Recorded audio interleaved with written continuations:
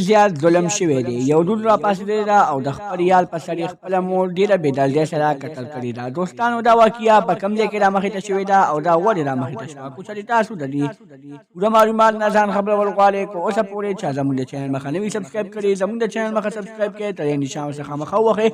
زموږ هر یوه نوې معلوماتي ویډیو تاسو ته په اسانۍ سره درځي. دوستانو دا واقعه په ټوپۍ ثوابۍ کې رامخې ته شوې ده چې یو جینۍ را پاسېدلې ده او خپله مور یې د خپل یال په سر قتل کړې ده. دا یار یې څه نامه وه؟ د یار یې الشد اقبال نامه وه. دوی دواړه په یو واده پروګرام کې میلاو شوي وو.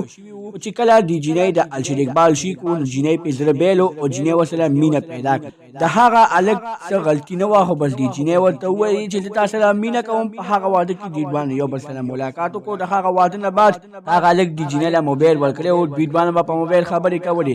ورځې تېرېدې، مور یې د لور سره یو ورځ موبایل سیک و. تپوس یې ترېنه وکړو چې لور یې دا موبایل د چا دی.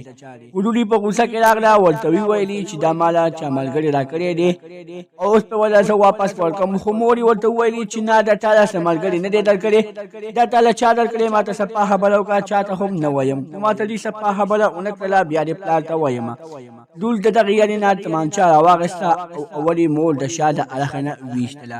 چې کله یې مور د شا د اړخې نه ویشتله، بیا یې وله په مړو باندې زور وکړو او بیا یې په چړو باندې ډېره بېدردۍ سره قتل کړه. دوستانو دې قتل نه بعد د جینۍ تښتېدلې وه د دغه هلک سره.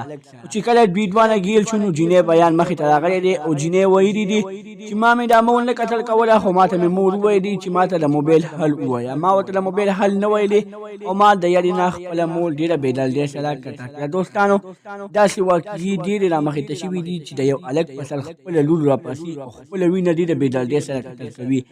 داسې اوسه پورې چلته هم نه دي شوي، خو دې جینۍ په لومړني ځل چې داسې حادثه وکړله او اوس وایي چې زه پې ډېره پښېمانه یم. دوستانو که چېرې مونږ وګورو وروسته تاریخ کې چې څومره مړي هم شوي دي، هر یو قاتل ګرفتار شوی دی، هر یو وایي مونږ پښېمانه یو. دوستانو اوسه پورې یو هم نه دي ویلي چې زه په دې باندې خوشحاله یم چې ما دا قتل کړی دی. خو چېرې دا پې اوس خفه ده، دې مخکې نه سوچ کړی و چې زه د خپله مور ولې قتل کوم د یو پردي په سړي په سر باندې، خو هغه به اوسه پورې به داسې کار نه و شوی. خو دوستانو دوی اول سوچ نه کوي، اول داس وکړي، بیا د داس نه بعد سوچ کوي چې ما دې دا غلطي کړې. دوستانو اوس څه کېږي مونږ به هم ګورو، تاسو به هم ګورئ. که چېرې نوې واقعه مخې ته راغله مونږ به تاسو ته هغه ټیم باندې رامخې ته کوو. که اوسه پورې زموږ دا واقعه ستاسو خوښه شوې وي، زموږ د چینل مخه سبسکرایب کړئ، تر نشان څخه مخه ووهئ. زموږ هر یوه نوې معلوماتي ویډیو تاسو ته په اسانۍ سره میلاویږي.